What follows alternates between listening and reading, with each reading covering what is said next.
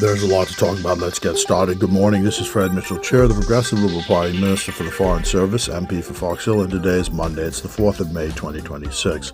The F&M's candidate for Garden Hills, who wanted to initiate a fight or fisticuffs on advance poll day, was on a public platform over the weekend claiming that the F&M won the day 2-1 on advance poll day. That is a lie, and he has no basis, in fact, to say that.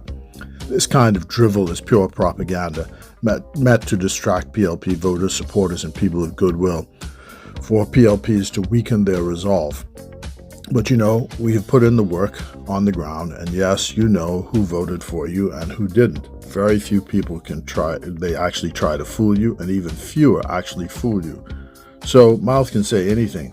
The only thing that counts is the vote coming out of the ballot box on the 12th of May, 2026. To get the votes coming out of the ballot box, you have to get them into the ballot box. In order to get them into the ballot box, you have to go door to door and persuade folks to come out and vote. And to those who have done so, thank you. Ladies and gentlemen, I addressed from a public platform in Bimini on Saturday past the nastiness of a sign put up by the F&M attacking the Prime Minister in a very personal way.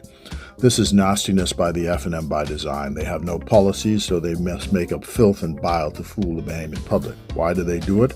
First, because too many of the leaders of the F&M have characters devoid of content and full of nastiness. So nastiness, sad to say, is their default position. They can't help it. The F&M uses nastiness, filth, and bile because they know it works on an unsuspecting public. But the permission to use the verges on the roads is that of Beaches and Parks Authority and the Ministry of Works. During election period, these agencies are quite permissive, but these agencies reserve the right to remove and destroy any sign that is defamatory or obscene. The F&M's latest sign falls into that category, and so in my view ought to be removed, and I hope by now they are. Finally today, I would like to deal with the alarmist headlines about the conduct of the advance poll. I do not want to minimize or dismiss the inconvenience of having to wait in line for 5 hours to vote. No one should have to wait more than 15 minutes in a line. To me, this is a formula that requires simple arithmetic, and it can determine how many booths, rooms, and personnel are needed. Clearly, there were defaults in this area.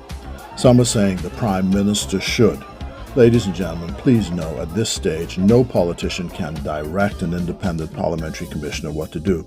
But our PLP representatives have made the point to the Commissioner of the reforms that we think are necessary on Election Day to avoid a similar problem on Election Day. Let us hope that this advice is followed.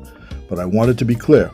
The organization of voting is not a function of the PLP, but of an independent Parliamentary Commissioner's office. Having said that, I do not agree there was chaos. There were long lines, yes, but with patience, folks got to vote. I apologize for those who didn't get to do so, and I urge them to return on Election Day and vote. Let's look at it this way. The glass is half full. The Bahamian people love to vote and turned up in high numbers to demonstrate their support of democracy. Let's celebrate that fact. God bless you. God bless the Commonwealth of the Bahamas. PLP, all the way. Thank you for tuning in to another episode of the Honorable Minister Fred Mitchell, coming to you every Mondays, Wednesdays, and Fridays, bringing it to you, no holds barred, minute by minute. Until next time, do enjoy your day.